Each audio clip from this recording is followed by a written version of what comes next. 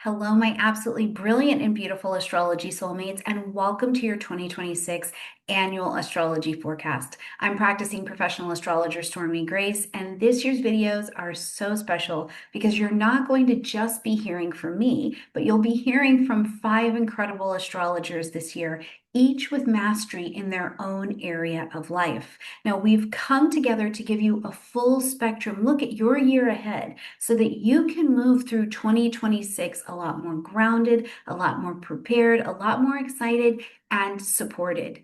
Now, this video is long. It's long and it's rich and it's intentional so that we can go deeper, so that you have something to come back throughout the year and take a look at how it's shaping up with your life. So take your time, grab a cafe, grab a snack, whatever you like. Listen to this podcast style.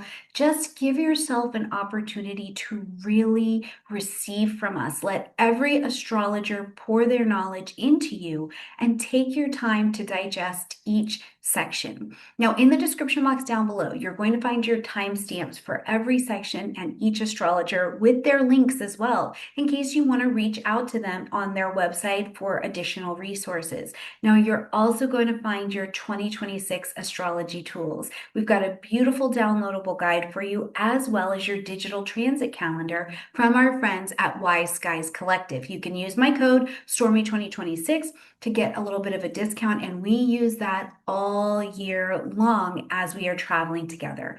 All of this is to help you be organized, be empowered, and feel fluent in the language of astrology as you are navigating 2026. So, my beautiful friends, take a deep breath, get comfortable. I've got my tea. Get comfortable, and let's explore 2026 together.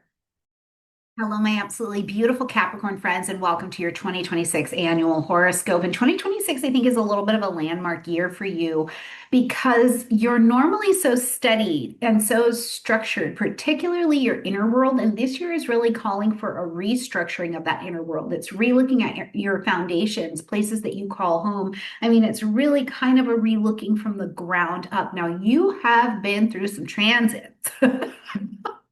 You have been through some transits in these last couple of years, but what I think makes this year particularly significant is that your ruling planet Saturn is going to be changing signs, bringing in some of that fire element. But when Saturn moves, your life moves, right? And this year, as Saturn enters Aries and comes back to that Aries point, then it's going to come together with Neptune at that Aries point. It's pulling your attention inward. It's pulling your attention backward, but it's also pulling you, Capricorn, from a place that I think that comes really deep from your roots. And that will be what you deliver it in a forward facing way to us. So it's a pretty profound inner structuring as far as that goes. It sounds very easy when we're just talking about it in the annual video, but there's some real gold that is going to be available for you in your year. Let's talk about the shifts of elemental energy. Like I said, as we were in earth and water, this was very steady, very simpatico with you. You are in earth energy. Now, as we shift to this fire and to this air, you're normally just so steady. I think you're like a rock and you're able to just hold your course. And this year sends a little bit of a movement, more momentum than your steady rhythm is used to. Because as they activate your fourth house space, home, family, real estate, property, there's an emotional climate that does rise to the surface. Now, emotional climate does not mean bad or negative, but it does mean emotionally there is challenge, there is momentum, there is movement, and quite dramatically, it's changing for you in your home zone. What has been really quiet will start to be loud, and it will demand your attention, right? So anything in your home zone, in your roots, in your story, in your own inner foundation that has been unattended to, I think will also very much so have your attention. Now, fire in the fourth house can also bring a brilliant amount of motivation. Some of you are motivated to move, you're motivated to finish that renovation, you're motivated to heal from some of the family patterns that are presenting themselves. You're breaking free from an old role, right? You're willing to burn the poison out of the places that are keeping the energy too flat. So for some of you Capricorns, though, I do think that this means just a literal relocation. you're going to pick up, you're going to move the house. It's going to look different. Somebody's moving in, someone's moving out. Now, as we get to April, we're going to see that Uranus comes back into the vibration of Gemini. Now we have more of the air. We've already had a taste of these transits already, but now we're going to actually be able to not just feel them and kind of get a sense of the land. We're going to really work with them. And this is bringing a breeze of fresh air into your sixth house space of daily routines, health, wellness, to include your mental. How do you talk to yourself? Right? Your work patterns. For those of you who are freelancers or entrepreneurs, some of you may become entrepreneurs this year, whether you want to be or not. Certainly, it will bring your attention to the digital space, but what it's bringing is innovation, new habits, new work systems, new wellness, new approaches to all of these things. Now, it is Uranian, so it can also bring a disruption, but the disruption is about what has been here is no longer functioning in your highest genius or your highest good. So if that daily routine has become too rigid, Capricorn, you're going to get a breath of fresh air here. Some of you, based on this, again, like I said, you may become entrepreneurs, you may become content creators, you may become teachers, you may have a shift or a pivot. It could just be a pivot. I don't want to say a shift, but a pivot to your career or how your career's been going in a daily way. If you've been working in a career and it's not been working, it's not profitable to you, it's draining your energy, something like that, you might adopt a more unconventional approach, but restructuring and pivoting that area of your life. When we get to about mid-year, Jupiter's going to leave that Cancerian vibration where you've been working on your relationships and what really nurtures you and who really nurtures you. And it's going to move into Leo, expanding into your eighth house space now, the space of intimacy, assets, and shared resources of some variety. Lots of vulnerability available here. Now, first of all, you'll have a separate video on this Jupiter transit, of course, but you can start going back even as you're listening now. Where were you at 12 years ago? Because that's where Jupiter was showing up and you were doing some work here. Growth around your finances, around an intimate or vulnerable relationship, how you share, how you emotionally bond, sex, sexuality, inheritance, death, debt, taking care of all of these areas. You're going to have this air fire dynamic that you are living in, and it's going to encourage you to have breakthroughs and a lot of momentum in this area. Now, one other thing, I just wanted to say this because I've said earlier about your roots, but I want to come back to it for just a second. Because as Saturn really does enter that Aries energy, because it is again at that Aries point, I really want you to be thinking about this. And I'll put my Saturn video at the end as well, Saturn and Aries video at the end. But your roots, like, I mean, down to your bones this year, Capricorn, are going to be things that you're going to be paying attention to. I want you paying attention to your teeth. I want you to paying attention to what have you mastered in your life, right? Like get down to your roots. What have you learned and where do you have mastery? Because it's also a form of celebration. Depending on what age you are, some of you might be in the space where you're turning 30, you're over 30, you're having your returns midlife experiences. I really would love for you to restructure the foundation of who you are by also looking back at everything that you have learned and you know you have mastery over, because that is a way to be very empowered and celebrate and witness your own journey as well. Now let's talk about the nodes and the eclipses. The nodes are going to shift into the north node into Aquarius and that south node into Leo. Now, if you are following the true node is going to shift into Aquarius when we get to July 26th. But if you are following the mean node, you're going to see that that node shifts on July 17th. Okay, so it's just up to you to decide which node you are following. But as you're traveling this year and you start seeing posts about 2 different times that the nodes are coming up, I want you to know what that is. So as we see the nodes shift into Aquarius and Leo respectively, it's going to light up your second and your eighth houses. Now, that north node in Aquarius, where we're growing towards this year, is pushing you to innovate about your money, Capricorn. Something you've been doing might have been too rigid. Now, maybe it got you into a position where you're steady, but it might be too rigid. So now it's time for new income streams. It's time for financial independence. It's time to engage technology in your finances. And it will be, Aquarius, although it's air, it's fixed air. So it wants long term success for you here, but it's also about meeting people who help you bring this to life. Now, at that South Node side, however, that South Node in Leo is running through your eighth house space of that intimacy and that asset. So there's an element here, Capricorn, of vulnerability.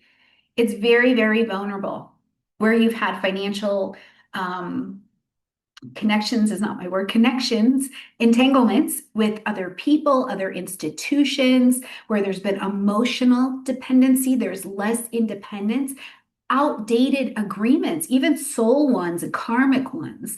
I think that this is where we see that shift where you're moving away. These are going to start to go away and angle you even towards groups of people who can help you achieve some of this independence of your own. Now, as we are here in February, we're going to see that our new moon solar eclipse is going to start us out in Aquarius. And so this is lighting up that second house space. So honey, plant those seeds of intention, plant them, plant them, plant them, plant them, new income ideas, a new financial identity, understanding what you value around money in general.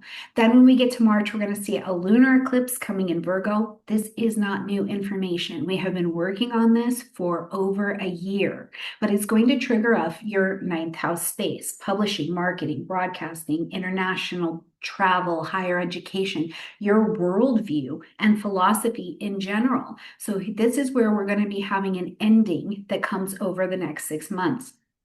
August brings our last two eclipses, where first we'll have a new moon solar eclipse that's happening in Leo. Okay, the eighth house, we've got a major financial shift that is happening here, a major emotional rebirth that is on the table as well.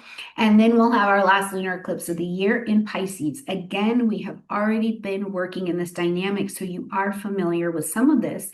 And this one, though, I think is genuinely about bringing that closure, Capricorn, to a way that you communicate, a pattern in how you communicate or how you receive information, things going on with siblings, relatives, neighbors. Now, I told you, I think some of you are going to move. I do. I think you're packing up the bucket and you're going to move, whatever this needs to look like, which will naturally put you in a different space of people, and you're needing to ask some questions. All right, before we're going to wrap up, and we are going to talk about all of these individually during the year as well. But I want to make sure that we touch on Chiron moving into fellow Earth energy of Taurus. This is going to light up your fifth house space of joy, pleasure, play, children. Chiron here. First, it can be sour and then it can be sweet, right? At first, when it's sour, because this transit is really about pulling the poison from a wound, or it's about engaging a wound that you've had around your relationship with joy, creativity, romance, pleasure, play, things with children, how you express yourself. You may be confronted, Capricorn, with old wounds that are really about self-doubt, about you as a child, things, a child to your parents, that family dynamic relationship, your children being seen creatively. It can be painful, and I want to put that out there ahead of time. It can be painful, but it is also liberating, and we can work with it. And if you are in your midlife, this is a part of your midlife transits. We all come to it. So something to think about here as well is that because it is a part of a set of midlife transits, everything has honestly been getting you prepared for this. So what I want to say is receive, receive, receive, because this is an element of Taurus. Allow yourself to receive, allow yourself to create, even if you can do it in small doses at a time. All right, my beautiful Capricorn friends, I love you, and I'm going to be with you all year long. I can't wait to travel together. But right now, I'm going to pass you along to Colin Bedell so that we can talk about the beautiful quality of your relationships and how to tend to those as we're traveling in 2026. Bye, Capricorn. Welcome to your 2026 Love Horoscope. We love having you here on Stormie Grace's channel. And speaking of love, it's very important to remember that the quality of our life is not determined by the quality of our professional contributions or the number in our bank accounts. It's determined by the quality of our relationships, Capricorn. Okay? So, Capricorn, I can't wait to dive into the 2026 themes this year for you and your relationship. And technically, Cap, from the beginning of 2026 to June 30th of 2026, Jupiter, for the first time in about 11 and a half, 12 years, is going to be in your relationship sector. So from now until June 30th, Capricorn, the first half of this year is all about you garnering more positive experiences with the way that you relate to other people. So when Jupiter transits the sign which rules our relationship sector, we can kind of play astrological Mad Libs. Jupiter rules success, benevolence, and serendipity at the right time, right place. And because it's in Cancer, which rules your romantic relationship sector, Capricorn, you will experience success, serendipity, right time, right place moments without a whole lot of control or expectation or planning. Imagine that, Cap, right? Things can happen without you trying to make it happen, okay? And I laugh and I'm talking to myself because I too am a Capricorn stellium and I think that's impossible even as I say it, okay? So the first half of this year, Cap, is technically really positive for your relational experiences. And so what I want you to do as a strategy is pin the fishtail back on the sea goat. What do I mean by that?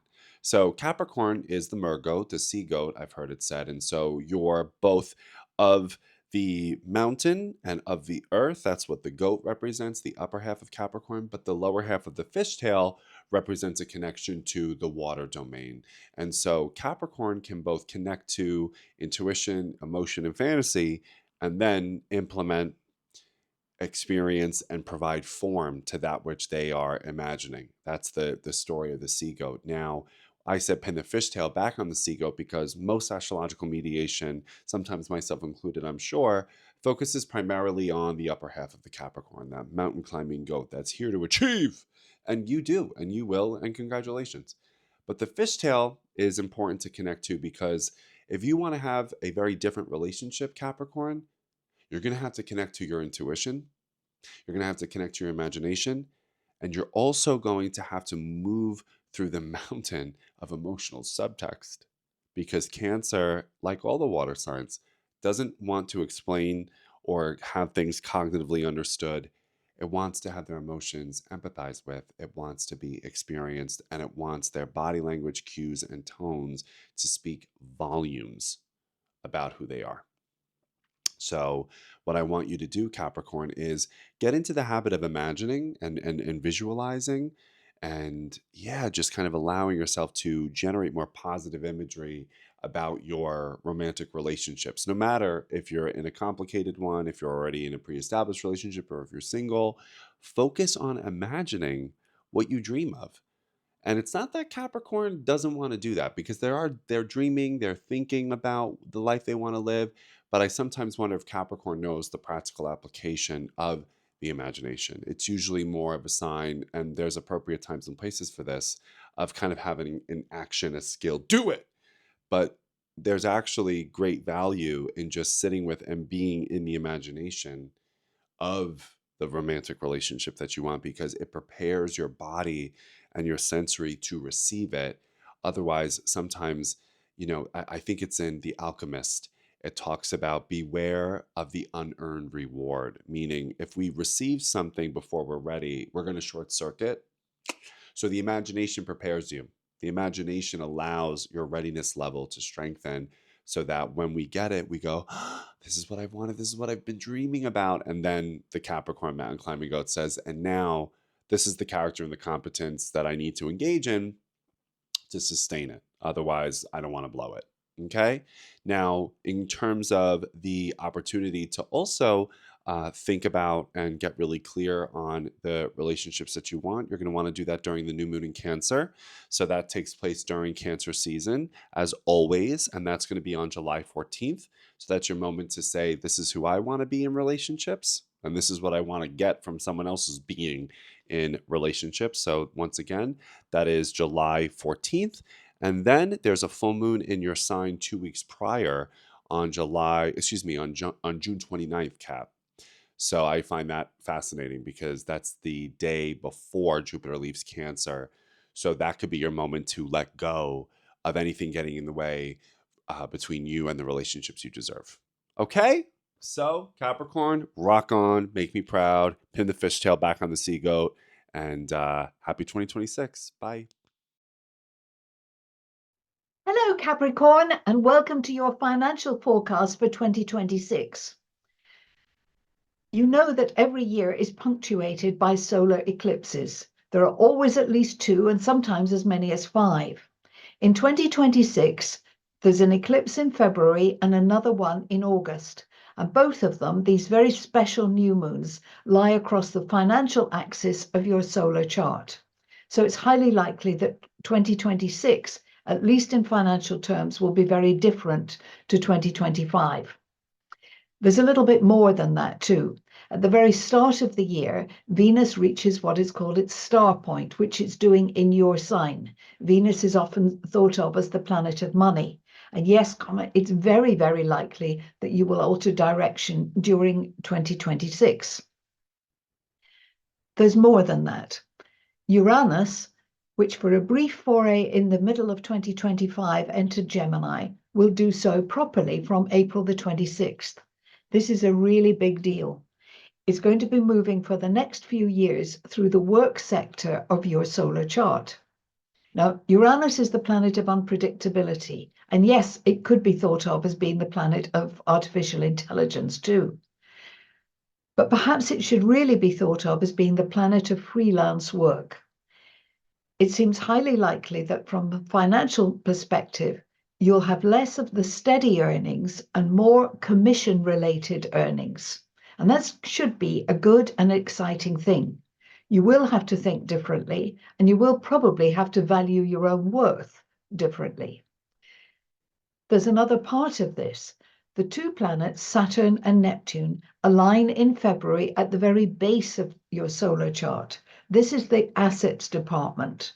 So this is where, yes, you might need to start to think about digging deep for the next couple of years as you prepare for what is likely to be a seismic change in global activities. So you want to know where the good news is, of course. And the good news comes in the form of Chiron, the planetoid that orbits between Saturn and Uranus, moving through another of the Earth signs from about the middle of June through to September. It's actually going to do that properly in 2027 for a few years. So those few months in the summer of 2026 should be thought of as just the overture, just the beginning, gives you a glimpse of what's to come. Now, yours is a sign that values practicalities. Think about that in the middle of the year. What are the real practicalities? What's the baseline? They say that wealth is health. So you have to put that first. You have to think about how many hours in the week you're prepared to work. Of course, you might be driven to doing some extra because there are certain purchases that you want to make. And yes, between late September and through until the end of October, you should really think about investing in yourself. And that's the final piece for 2026. For the first half of the year, through until very conveniently June the 30th, Jupiter is moving through your opposite sign. If you are in partnership, it's likely that your partner, their career is moving fast into a new direction. How you dovetail your finances becomes the big theme from June the 30th. And perhaps you'll choose to invest in a long-term project together. Obviously, much depends on your personal chart, but it seems to me that 2026 will be a year of financial adventure for all Capricorns. Enjoy it.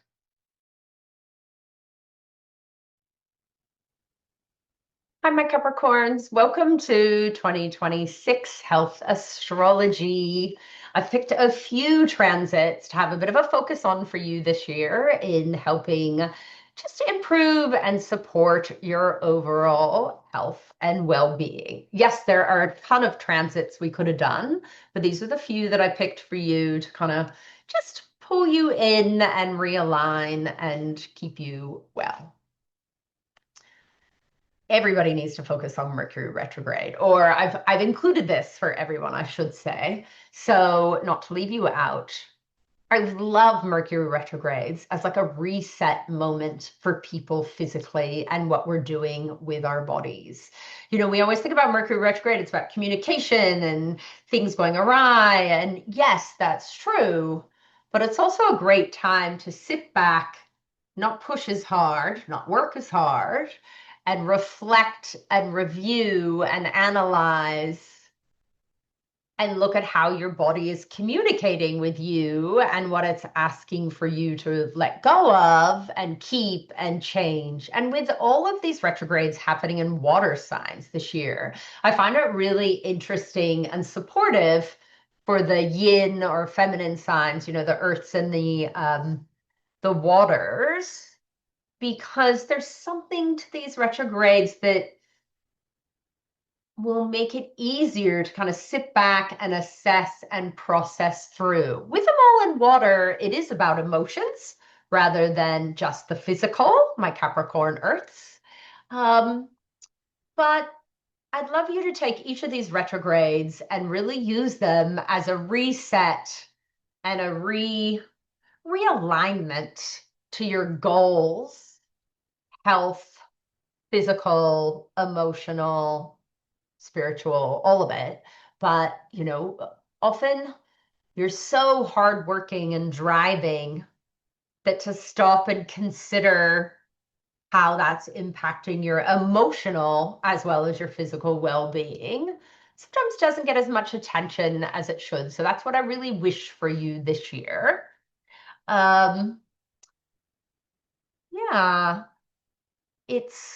Yeah, each retrograde will be quite interesting for you in that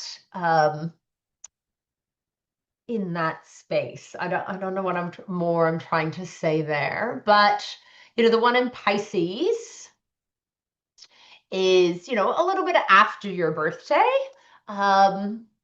2 signs after your birthday. So it's a beautiful time. We often set a lot of goals around the new year or Capricorns around their birthday for moving forward. So it's a great, just 2 months later, reassessment, readjust. Pisces is about the immune system and the lymphatics, but it's also dreams and nourishing, and it's a cocooned sleep and internal allow the body to heal during sleep time. So this retrograde, I really want you to look at not over expending energy outwards and really pulling in and how much better you feel emotionally and physically when you do get enough sleep and find good patterns and circadian rhythms for yourself. The June one, opposite your sign, digestion, nourishment, food choices, emotionally, it's that opposition kind of adjustment at that half year of what have you created and what's serving you and what to release. It can be a hard time for absorption of nutrients in that opposition time to your sun sign anyway, when the sun's opposite your sun. So easier to digest foods at this time, making sure you're remembering good nutrition, lots of salads and vegetables and we call highly nutritious food. There's a term for it that's escaping me. But it's that half year readjustment, right? The end of the year, or the last retro in Scorpio, is that release. What do you need to let go of? What do you need to detox? What are you holding on to or you've accidentally collected and done that needs to be released? As an earth sign, it is cold. Fluid is still important. Sometimes the colder signs forget to drink fluids. You can always warm fluids, warm water with lemon or ginger or some gorgeous herbal teas to warm up your system. One of my favorite teas, as long as it doesn't interfere with medications for Capricorns, is chamomile. Because it's like a little sun. Chamomile and calendula, both quite cleansing but uplifting for you as you're, in that last retrograde as well. Saturn has been in Aries. It's come back to Pisces, coming back to Aries for quite a while. This is square for you. And squares are a bit agitating and friction. And I often find we have trouble with the energy levels with Saturn square to a sun sign. So, Aries is about the adrenals and energy and that core vitality. And with Saturn there, I really feel like everybody, but especially the cardinals, are going to notice that they don't feel like they have as much money in the energy bank as they normally do. Um, Burnout and tiredness. So this is supporting the stress response, making sure the cortisol is not too high and we're not living off of caffeine to keep going and sugar. This is slowing down and giving your body amazing green vegetables that are full of B vitamins and magnesium. Vitamin C is really important for the adrenals as well. So, and all the beautiful antioxidant berries, incredible for you. With Saturn squaring your own sign as well, just checking in with the bones and the skin, things of structure, your connective tissue. Again, vitamin C rich foods. So you've got your citrus, your kiwis, capsicum or peppers, whatever you want to call them, is really important for collagen formation, as is like bone broth or taking collagen, protein powders if you need, just checking the vitamin D levels, just really making sure that form and structure. But, with Saturn and Aries square the sun sign, it's not too bad. There's that readjustment and finding the patterns that you set out to do earlier in the year when it shifts back. And yeah, it kind of helps to anchor you in some ways, that square. So I'm not too worried about it, but just watch the nutrition and making sure if you're feeling a bit melancholic and flat, making sure you got the magnesium, the B vitamins going, especially. There's also a beautiful herb that doesn't interact with most medications, but always check, called saffron. And saffron, which is a beautiful spice that we cook with, is actually quite mood elevating, helps with serotonin, it's uplifting. And I find it's really useful for Capricorns, especially with hard Saturn transits. So that's a big one. You also have Neptune coming to square. We just got rid of Pluto through your sign after a very long time, and now we have Neptune, but it's only squaring from Aries. But again, can be a bit draining of energy, can again, overstress suppressing the immune system is a real Neptune in Aries. Food sensitivity can aggravate to the skin for Capricorn. So again, just watching with Neptune going in, that it's not blowing out the structures that Saturn's trying to bring. And again, this year is going to be, I actually feel like this year is going to be pretty steady for you. But at times, if you don't feel like you have the energy, make sure you do take that time from work, right? You are allowed to take your holidays. You are allowed to rest on the weekends and nourish yourself. So yeah, I think you're gonna have a pretty good time this year, Capricorns.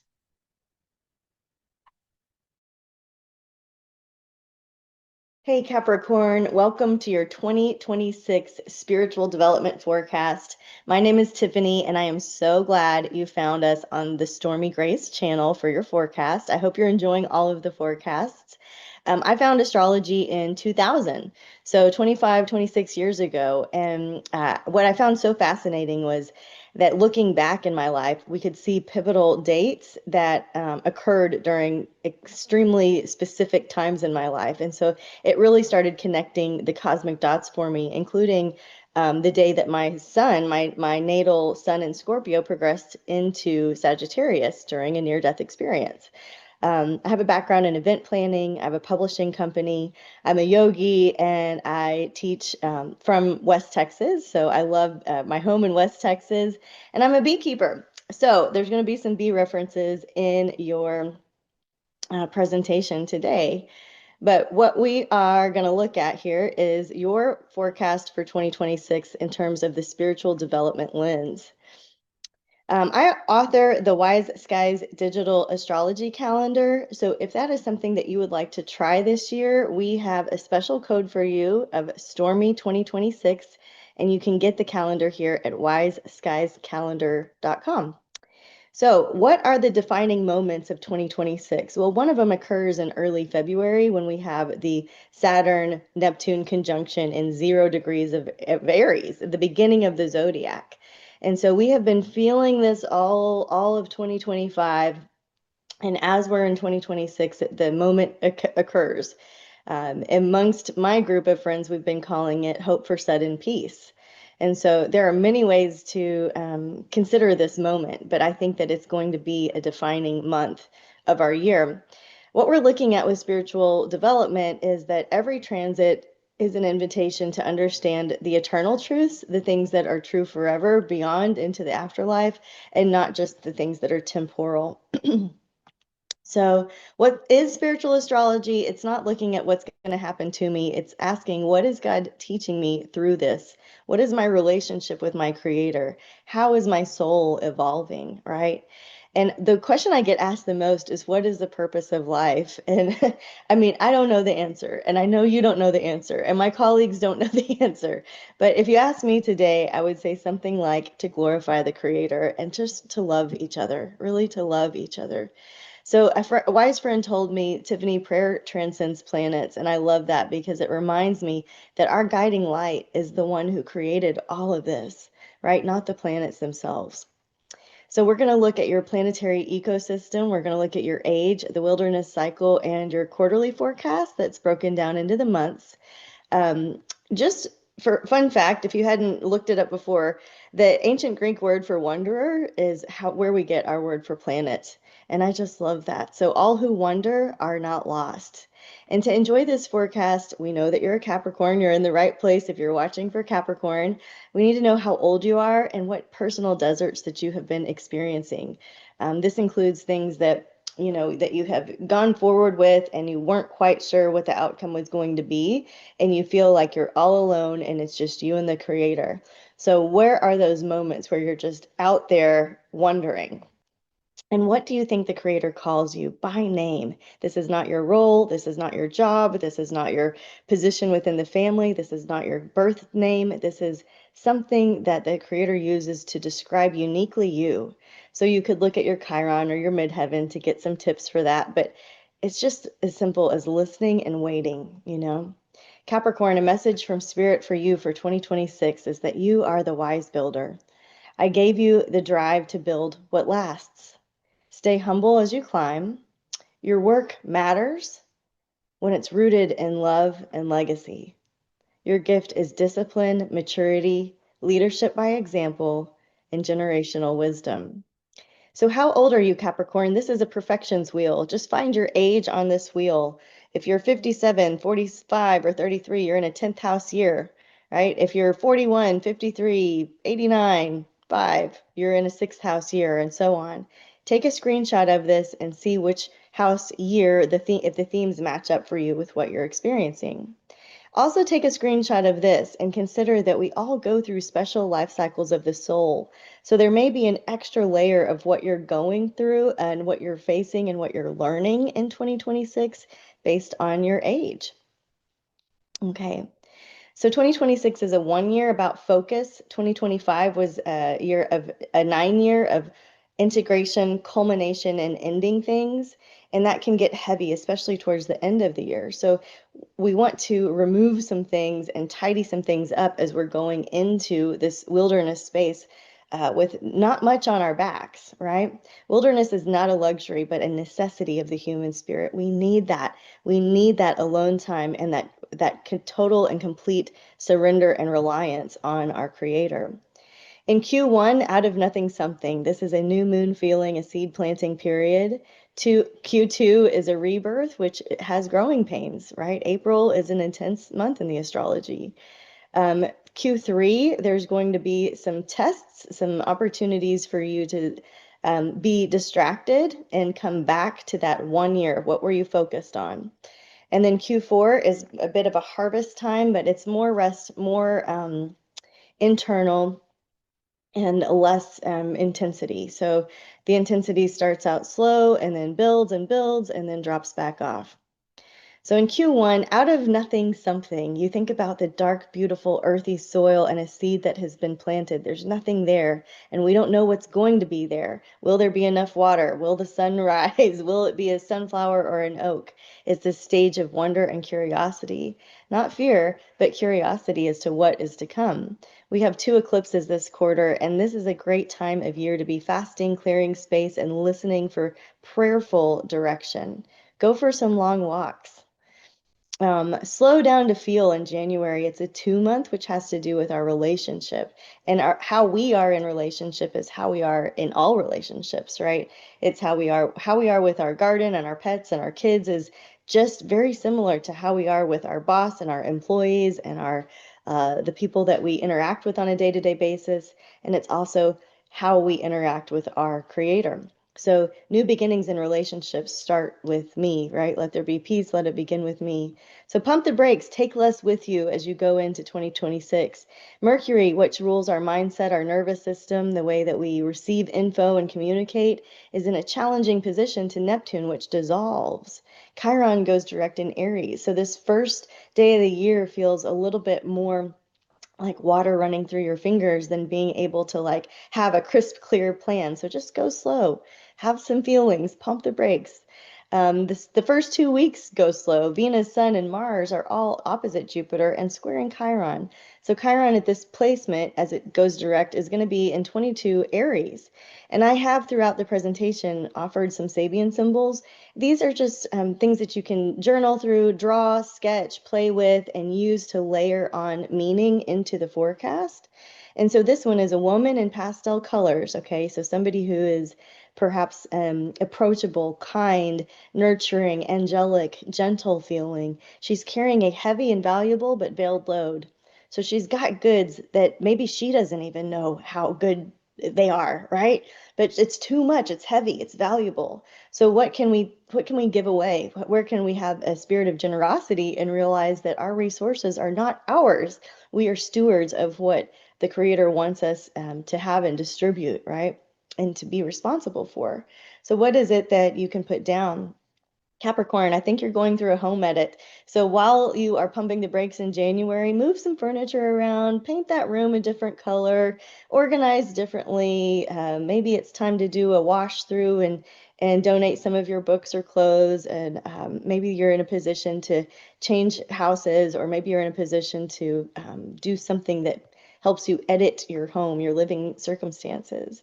February is a 3 month this year based in numerology, and that helps us with our creative focus. For you, Capricorn, this is going to be more of a financial creativity. So how can you plan less and surrender more into, I know that you want to plan. I know that you want to have the details and the data and the dates and all of these perfect things that make us feel like we're in control of our money and our life and all of the things. But in spiritual development astrology, we're really not in control.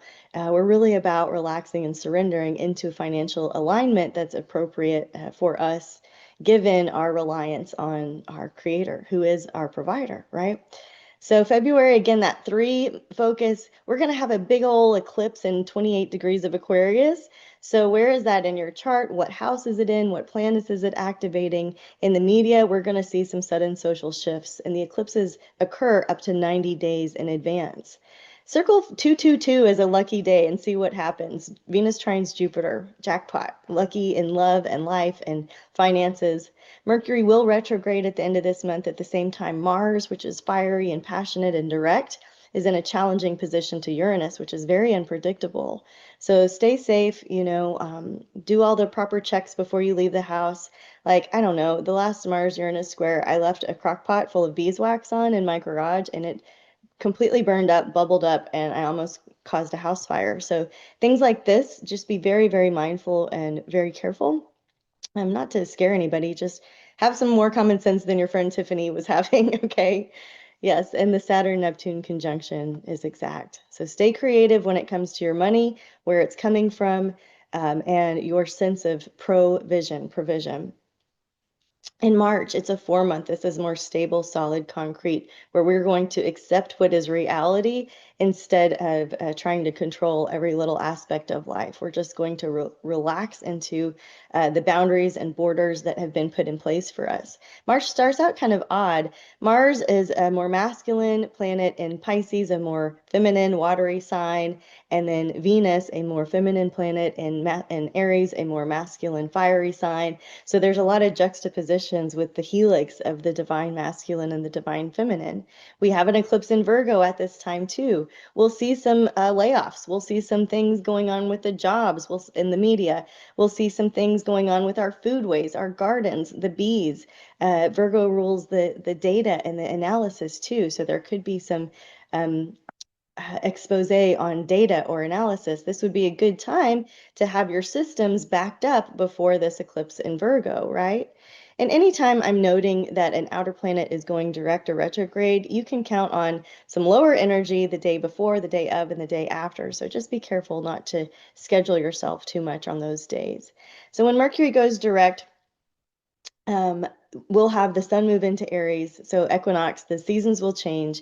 And for you, Capricorn, in March, I want you to consider what you want to study, what you want to geek out on, what you want to be niche in, what you want to develop something special that is based on like an area of study that maybe you haven't given yourself permission to. And maybe it includes a little bit of travel. So for me, like I'm not a Capricorn, but as an example, I would love to do some honey sommelier training, right? And that would require travel to get certain workshops that can only be done in person. And really, because honey represents place, it can really only be done from that place and that soil and that terroir, right? So I know, fun stuff. All right, seasonal foods that may support you. Take a screenshot of this. Y'all, I make black eyed peas with cornbread every January 1st. It is a tradition for as long as I have been alive. So you guys got my special suggestion for seasonal foods, but maybe there's some other foods on here that would feel supportive, that reflect the astrological themes, tones, and flavors. All right, so in Q2, this is that rebirth squeeze. You know, we're going through the birth canal and there's going to be moments of growing pains. So as you're facing Q2, stay in your discernment. What is my voice, the voice of ego, and even the voice of fear and chaos, versus the voice of peace and clear direction? If you're getting bombarded with questions and anxiety at your inner level, I don't think that's the voice of peace, God, or your true self. I think that's the voice of chaos. And so we want to discern between those two. And where are you called to grow in your faith? Where is your soul growing? And where are you still afraid of some things? And can you get to the bottom of that, right? If this, then that. If this happens, then that happens. And keep going on the if-then chain. April's a 5 month. Sorry for the lots of words on this one. It feels like scattered energy. We can be spread too thin in April, but it's a 1 year. So it's that like you're probably going to get a lot of invitations and realize that you can't be everywhere at two places at once. My friend says you can't ride two horses with one booty, right? So this month is about considering how the banks of the river, the rules, the lines, the hard framework allows us to flow. We need it. This is a month where I like to tell the story of the starfish. There was a young man on the the ocean shore, and he was walking along the beach, and he saw a starfish that were beaching themselves and were dying. So he was throwing one back and throwing one back and throwing one back. And the old man comes by and says, "You can't save them all." And he says, "Well, I can save that one." And it made a difference to that one. And so this is about being spread too thin, being overwhelmed, and coming back to that one client that you can make a difference for, that one family member that you can spend one-on-one time with, coming back for the one. Mars is conjunct Neptune. I have this in my natal chart, so I romanticize it. I'm like, great, it's great for spiritual vision. But it can also be in the challenging side, representing a misguided crusader, gurus, cults, things that are really passionate about something but incorrect beneath. They can be really passionate and correct. There's going to be a discernment needed. Mars is, as it's conjunct Neptune, it's also conjunct Saturn and Mercury. So those planets are all within 2 to 7 degrees of Aries. That's a lot of heavy hitting in that area of your chart. So what what house is that in? What planets are being activated for you? What are your conjunctions? What are your oppositions, right? Uranus is going to re-enter Gemini, and it will be there through the long haul, so through 2032 now. It's been in Taurus. It's moved in and out of Gemini, and now it's here to stay. So Uranus is unpredictable, spasms, chasms, shakeups, brilliant, innovative energy that gives us that zest for life, that desire for innovation and forward-thinking motion for the tribe of humanity. And it's in Gemini, which is about dualities. It's about conversations. It's about hearing things from both sides. It's about Gemini rules siblings, neighborhoods, our cars, our short transportation, our elementary schools. And so there could be some sort of, well, I've listed some themes for you here. And for you, Capricorn, I think that you're going to get a moment in April to do a work routine overhaul. So what does your day-to-day look like, and how can you not be spread so thin and refocus? So it's a little bit of a reset for you in April. In May, it's a 6-month, which is all about nesting, resting, coming back, taking a little time off, unplugging. It's a sanctuary period. So whatever you were working on with your home edit in January, this is a time when you can take advantage of that and relax and rest into some of your self-worth that you are rebuilding. And this is going to nicely bring in what you're working on in April into May. So there's a nice blending effect going on, because you're going to, I think, probably condense some of your offers, or do something that changes your website or your appearance or what you're selling, and it's going to help with your self-worth. So you might get an offer that's less than what you would like, and instead of making the same old choice out of fear of not having enough or something like that, you're just going to be really clear, like, I have enough, and this is my value, and this is what the service is worth. So yeah, it's a Plutonic month. Mercury and Chiron in the sky are in a square to Pluto, which is then going to go retrograde in Aquarius, and then it will also square Mars. So we've got this fire in the sky. Pluto unearths, digs up secrets, gets the juice from the gold from the underground and brings it up to the surface. So some people may be experiencing some upheaval, tumultuous feelings. It could be fun. It could be a big purge, a big redesign. But again, we're considering this Aquarius vibe, this tribe of humanity, our networks, our groups, our tech. So for you, Capricorn, focus on what can I do? Where can peace start with me? And what is God wanting to teach me this month? June is a 7-month. This is about studying the spiritual texts and just being immersed in those. I love to read Hafiz and the Sufi books, and I love to read like Khalil Gibran. I love to read all of the holy texts. Of course, I love the Bible. I love my Stephen Forrest books. I love there's a moment here in June where you can just get lost in the content that you love, that puts you forward on your soul's journey. So whatever that is for you, and there can be some nostalgia with that, because Mercury is going to retrograde in Cancer. This is a great time to visit your old family homes, to flip through old pictures, maybe go to grave sites, take some rubbings. You could be doing some ancestral travel, going back in time to connect with family. Chiron is going to move into Taurus. That's a biggie. It's been in Aries since 2018. Chiron is much more than the wounded healer. It does show us where wounds heal, but it also represents our soulmates. And it's in Taurus, the sensual body, right? So for you guys, Capricorn, I think that you're going to have some creativity when it comes to your heart healing. And I think that it's going to involve hope and family, as well as your physical body, as well as considering Jupiter moving into Leo. So be more you, Capricorn. This is a big month too, isn't it? All right, for you, Capricorn, I've put down an herbed potato salad. So dills, I don't know, what herbs do you put in your potato salad? I'm thinking of dill specifically, but maybe you have another one. Take a screenshot and enjoy a fresh new menu this season. Okay, in Q3, this is more of a wilderness time. To me, this is a place where we will experience those intense spiritual moments where it's just you and God. And in yoga, there's a story of Shiva, and if Shiva loves you very much, everything will be taken away so that it's only you and God, so that you have a complete understanding of full surrender, that you're not in control, but that there is a plan and that you can trust that one.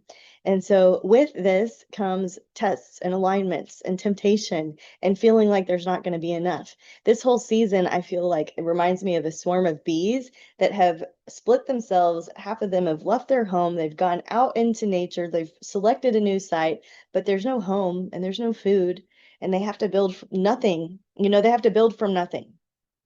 There's a biological trust that they're in the right direction, and that the food will come, and that the home will be built, and they will have what they need, right?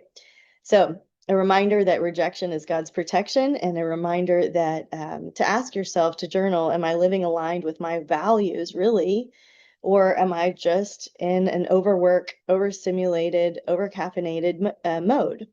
So in July, my group just recently read the book Chasing the Wild Goose. It's by Mark Batterson. And he notes that the Celtic Christians, um, they called the Holy Spirit the wild goose. And I love that imagery, right? Regardless of background or culture, the idea that you're chasing the wild goose, your spiritual chase, is something that is adventurous and unpredictable and forward moving and seasonal, and all of the things that that could represent. July is an 8-month, which is about the infinity symbol. So what goes out comes back to you. So be very aware of what you're putting out there. Yeah, and it's that 8 is a big risk feeling. It's rolling the dice. It's I see people moving big, like from country to country, or changing houses or changing locations. I see them making really big relationship moves. I see them making just taking a chance on life. And so this is very Disney energy too. If you can dream it, you can do it. I'm going to let some of my other colleagues teach about these tectonic shifts that are happening with all of these outer planet transits in July. And I'm going to focus on our little piece of the North Node moving from Pisces back into Aquarius for the next year and a half. And so the North Node represents that soul's journey, that part of the dragon that's the head, that's chewing, that's eating, that's wanting more, that knows that there's a sense of destiny, that deja vu moment where, yeah, I'm supposed to be here because I've been here before. And that means the South Node's going to be in Leo, right? That's going to have some complications to it. But the North Node in Aquarius, right? For you, Capricorn, what are your values, right? Like I asked it in the screen before, but what are your values? Do you have them written down somewhere? Do you pull from your own spiritual traditions? Where do they come from? And are your feet doing what your mouth is saying that your values are? It's an alignment moment. Yeah. Okay. For August, for you Capricorns, we're in a 9-month now. So now we have carried a lot of things along the path. We've learned some new things. We've put some stuff back. We've been doing it this or that. 9 is a month. I mean, August is a 9-month where we can integrate things and bring them together. There's endings with the 9 and there's beginnings with the 1. So of course that open door, closed door feeling. So my prayer is often closed door, open door, right? Or sometimes I'll pray a cow or buffalo. You're really getting a special forecast to Capricorn. Cow or buffalo, what does that mean? When the storm comes, the buffalo goes head on through it. And when the storm comes for the cow, they hunker down or lay down and go the opposite way, right? So which way do you want me to go? And that's a prayer that I use often. In August, we have 2 eclipses. You're going to see that in the weather with fire and water. So this could be volcanic stuff within water. This could be island stuff. It could be burst pipes, water boil notices. It could be mold, things like this. So preparing for that in the future, before we get to August, knowing that again, eclipses can be felt up to 90 days in advance. Where are these points in your chart? Get your astrologer to help you out. And I'm looking at this church bazaar as with an eclipse in Pisces as some sort of revival moment. I think it'll be really interesting to look at the spiritual news around August and thinking of like the fire of spirit. And I don't know, it just seems like a very interesting month for spiritual development. For you, Capricorn, these eclipses are going to fall in your 8th and 3rd house. When I was writing the horoscope for you, to me, I think that you're going to get some gong crash of truth coming in. So ignore the distraction, ignore the distortion, realize that some part of your life is ending, coming to an end phase. The South Node is shifted now from Virgo into Leo. Something is over. The South Node brings endings. And now we've got these eclipses. So what if you could be honest with yourself, what is it that you have been ignoring, right? And what needs to be addressed here in August? In September, I want you to hit the reset button. It's a 1 month and a 1 year, and it's probably going to feel a lot better. Even though there's still some distortion and media leaks and things going on here in early September with Mars. Mars doesn't want to be in Cancer. It's squaring Saturn, right? The malefics. And I feel like there's going to be some tension that we can't put our finger on, we can't explain, we can't understand. And guess what? We're not owed all the information. We don't have to get to know everything in order to stay on the spiritual path. So September 16th, retrograde Neptune is going to sextile retrograde Pluto. And I think people are going to be really tapped into their spiritual gifts this time of year. Prophetic dreams, visions, aha moments, feeling like a sense of understanding that you haven't felt before, peace that passes your understanding. And for you, Capricorn, I want you to have your own professional grace, because you may be shifting your career in a way that you really didn't see coming. And there may be some of your clients or some of your employees or some of your bosses that are also having those big, huge personal experiences, right? They also just went through those eclipses, and they're also having some aha moments for how they should be living their precious human life. So extending some professional grace, offering refunds, pivoting what you need to. Start fresh. And consider heirloom tomato galette. Oh my gosh, I think you guys are my favorite for what I gave the recipes to. Nice. All right, in Q4, we are considering the harvest. Now we have come a long way on our journey in the wilderness, and we're starting to have a sense of rest, renewal, calming down, absorbing things, editing things. What blessings can you celebrate? Make sure you stop and celebrate the blessings, that even if they're small, and especially if they're big, but even if they're small, maybe especially if they're small. In October, both Venus and Mercury will retrograde in Scorpio. It's a 2-month, right? Just like we started the year in January. So this is a reconsideration of how you are in relationships and what has changed, for better or worse, right? And let's examine, let's take inventory, let's look at how I am with people, with places, with situations. What is the study of yourself so that you can evolve and grow through that? Anytime there's a retrograde, we love in astrology to do the re-words, R-E. So recovery, redemption. What are your stories around those topics? Mercury squares Mars and retrograde Pluto. Mars opposes retrograde Pluto. There's still some intensity going on these hot dates. We're going to see some hot topics. We're going to see some makeups and breakups. We're going to see some hidden stuff come to the surface. Scorpio transcends. And it's the growth that we require, not the growth that we want. So it's not necessarily comfortable, right? So it's juicy. Scorpio rules power. And where is real power coming from, right? There's just one place. And so we're on this discovery to connect with that. So for you guys, be mindful, Capricorn, of your friend group, who you surround yourself with, who's rooting you forward, who's checking in with you.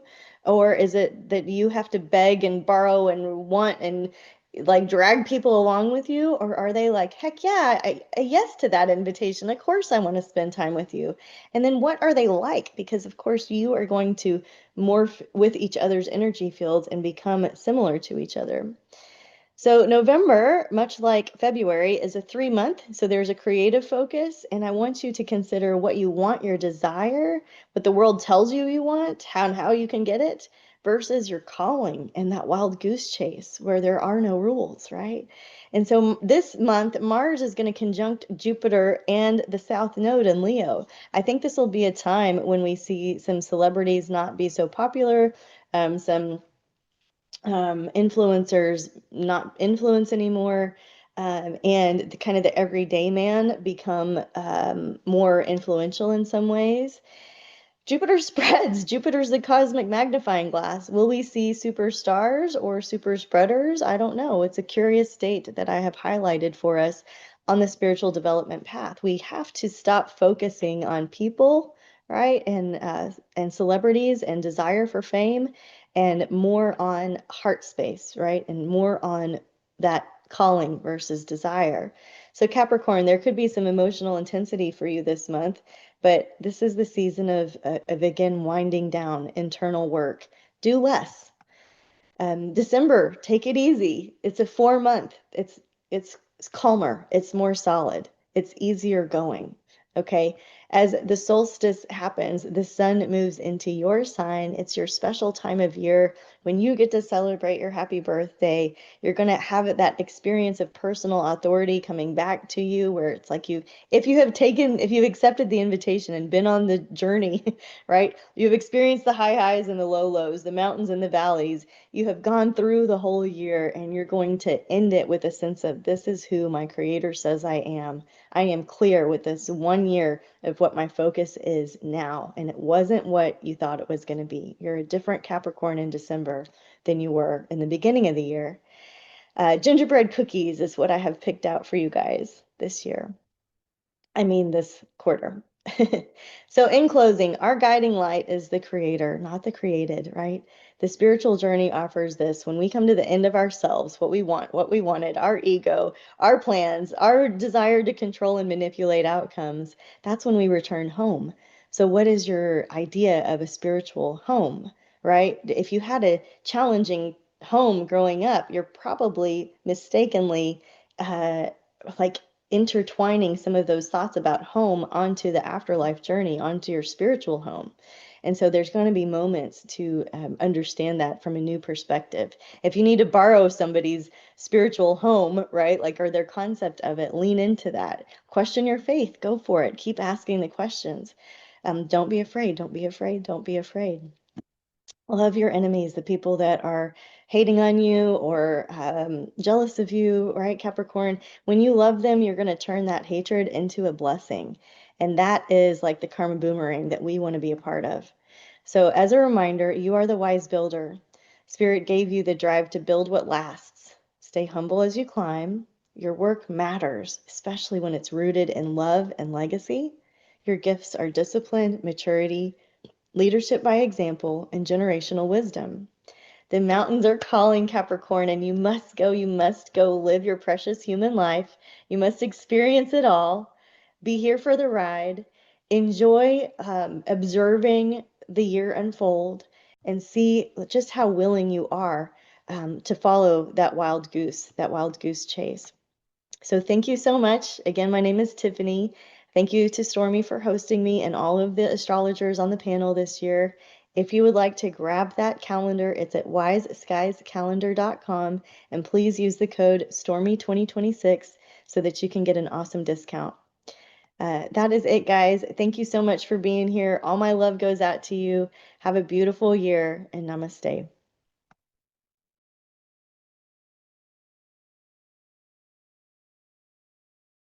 Hey there, welcome to the locational astrology section of this video. I'm so excited to support you.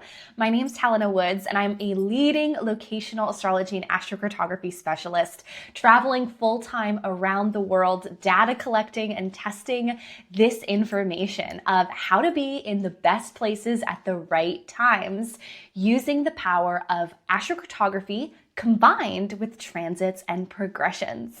So if you don't know astrocartography, it's essentially a sub-niche, subdivision within the bigger umbrella that is locational astrology. And it's essentially the astrology of place, the astrology of location. Places have influence, places have power, and I'm on a mission to support people to unlock their natal promise and be in the places that awaken and activate aspects within the birth chart. The most important thing that you're going to want to do is you're going to want to note when transiting planets are hitting your personal planets. Now, in this video, I'm giving general descriptions for each rising sign. However, astrocartography is very personal in that your moon's at a certain degree. Your Venus is not going to be the same Venus that someone else's rising sign is, right? Our planets in our birth chart are in specific zodiac signs at specific degrees in certain parts of the chart. And so the key thing I want you to take away from this whole video is that when you go to an astrocartography line, let's say the moon line, for instance, you want to go to that moon line when a transiting planet like the sun, Venus, or Jupiter is going over your moon, because that's where we're getting the most acceleration, enhancement of being at the right place at the right time. And so I've been doing this in my own life for the last 3 years, traveling the world full time, noting the planets that I would like to receive from. So for example, if you want publicity and acknowledgement and attention, you'd go to your sun line. If you want to launch or promote or even commerce, sales, marketing, socializing with friends, having an astrology meetup, meeting up with people, Mercury lines. If you need some confidence and courage, go to a Mars line. If you're looking for some more knowledge and expansion, seeing more possibilities, that question of where do I need to be expanded in my life? What needs clarity? Go to a Jupiter line. So utilizing and understanding what these planets represent in astrology, knowing their meanings, you can plan trips accordingly to go to those places to get the maximum enhancement of what that planet symbolizes. And also being there at a time when you personally are getting the activation by transits and progressions to your planets. This is where things really take off to a whole other level. The other way that you can get the maximum benefit of these stories, even if you don't travel, is by getting the energy through remote activation. So calling up that friend that lives on the Mercury line when you've got the transit, reaching out to that podcast to do a collaboration on your Jupiter line. Even though you don't live on the Jupiter line, you know a podcast host who lives on your Jupiter line. Reaching out to them when the timing brings it up, okay? Obviously, traveling to these lines and being in these locations is where you're going to get the most maximum benefit of astrocartography, but still, these are important things that you can do that can help you. So let's get into the 2026 travel forecast. Now, the best time to really travel in 2026 will be when Jupiter is direct.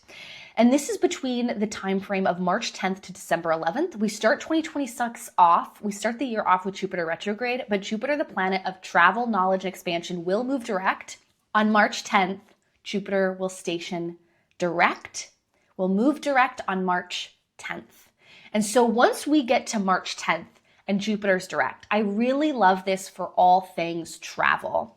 Note as we get to the end of the year that Jupiter will also retrograde December 12th of 2026. So just some key timeframes to note in your calendar for the year.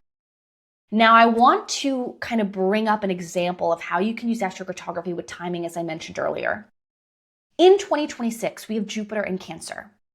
If you have any planets in Cancer personally, or Leo, if you have any personal planets, Sun, Moon, Mercury, Venus, Mars, Uranus even, Neptune, outer planets, Pluto, Saturn, Jupiter, even the nodes, if you have the lunar nodes in Cancer or Leo, this year, if you have any planets in Cancer, this is the year to go to that planetary line that you have that's being transited by Jupiter. Same thing with next year. As we get into next June 30th of 2026, Jupiter will ingress into Leo. If you have any planets in Leo, including the lunar nodes and even the outer planets, if you have any placements in Leo, going to that astrocartography line as Jupiter is hitting it. So for instance, if you have Mars in Leo, or you have the sun in Leo, or you have Mercury in Leo, going to the Mercury line when Jupiter is hitting it is a really cool way to accelerate things, enhance your life, and get a lot of cool opportunities and expansions and enhancements with that Jupiter transit. So wanted to just mention this right at the top before we get into the rising sign forecast. Look at the planets that you have in your birth chart. If you have anything in Cancer or Leo, this is going to be a major time to travel to those astrocartography lines to get the benefit of the Jupiter transit. So we all have our planets in different zodiac signs and at different degrees. And these planetary lines are scattered across the globe. So this is why astrocartography is so personalized. It's so unique. One person's map, if they were born 15 minutes later, it's a completely different astrocartography map. And so this is why knowing those planets in your birth chart and the degrees and all of that is going to be so important to get this as personalized to you as possible, as well as your planetary configurations. What are the planetary conditions of your sun line? What is the planetary condition of your Mercury line? As an example, I know a ton of people that love living on their Pluto lines. They have strong Plutos in their chart. I love living on my Saturn line. I have a very supported Saturn in my birth chart, enclosed by the benefics. We got a Venus square, we got a Jupiter trine. So this is why going a bit deeper into understanding planetary condition is really important if you're going to be making a serious move like relocating to an astrocartography line. Knowing your birth chart and your planetary condition is so key to knowing should you move there or should you not. And I want to make sure I advise caution and encourage you to either book with a locational astrology specialist or learn how to read your chart yourself before you spend a massive amount of money on moving, because moving is expensive. Trust me, I do it every year because of my husband's job in France. And so I understand moving is a lot. So before you move, just make sure you're looking at everything. All right, let's get started. All right, next up we have Capricorn risings. Capricorn risings. So Mercury lines are going to be ideal places for you to take a short trip with Virgo in your 9th whole sign house of travel and foreign lands and cultures. Mercury lines are places to learn, study, learn something, take a class, read more books, soak up those podcasts. Maybe you're expanding your mind in some way. Mercury lines are also just great places to socialize, market something, launch something. Mercury represents commerce and sales. And so if you are a business owner, if you have your own business, if you're an entrepreneur, Mercury lines are great places for things to take off. Ideal times for you to travel to your Mercury line this year would be between July 10th and August 6th of 2026. With Venus, planet of love, appreciation, and enjoyment, traveling through your 9th whole sign house of travel. Other times would be between August 23rd and September 23rd this year during Virgo season. Mars lines are adventurous for you and energetic places in the world where you can feel like you get a lot done. You're more productive, energized, and even more adventurous and energetic physically. If you ever wanted to tap into courage, go to your Mars lines, Cap risings. Now, Mars lines, they may be places that you actually feel really connected to and actually want to live. And I know quite a few Capricorn risings that love living on their Mars lines. Don't be afraid of Mars lines, whatever you see on the internet, because people will say that Mars lines are bad, and they're not. It really depends on your birth chart, your unique birth chart. And also check to see your Mars in your birth chart. Are there any hard aspects to your Mars? Is it more difficult for you? Or is it more supportive for you? Some people have really strong Marses in their chart and they go to Mars lines to take advantage of the Mars story. And for you, Cap rising, you might feel really connected and at home on your Mars lines. An ideal time period to venture to your Mars line would be between March 7th this year and March 30th. With Venus, the planet of enjoyment, love, pleasure, having fun, tempering and soothing that energetic, high-spirited Mars. So go to a Mars line when that Venus ingress is happening through Aries in your 4th house of home, family, and residence. Maybe you're finding your dream place. Maybe you're finding your home, or maybe you're deciding to pick a place that you want to live in during that time period when Venus is going through your 4th house of residence and home and living situation. Another time period to look at for you Cap risings would be between February 10th and March 6th this year. And this is because Venus is going to be traveling through your 3rd house of local travel. So maybe you're taking a ferry ride to a cool island, or you're going on a road trip, or you're taking a local train somewhere. That would be a really fun way to make use of Venus traveling through your 3rd house of local short distance travel. If you have any placements in Pisces, Cap risings, so if you have your sun in, if you have your sun in Pisces, if you have your moon in Pisces, etc., going to a sun or moon line would be especially advantageous between February 10th and March 6th.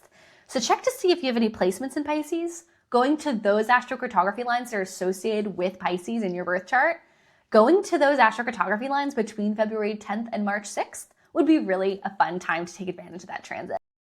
I hope that this information supported you and helped you in planning your travels this year in 2026. And so if you want to learn more about this, you can check out my website at helenawoods.com and also get my free astrocartography cheat sheet. You can join my astrocartography newsletter, which is all free, at helenawoods.com/cheat sheet. All this to say, though, this is going to be an amazing year of travel. I'm really excited for everyone to be taking advantage of Jupiter in Cancer and Uranus in Gemini. Have a magical day. Thanks for tuning in. Thanks for being here.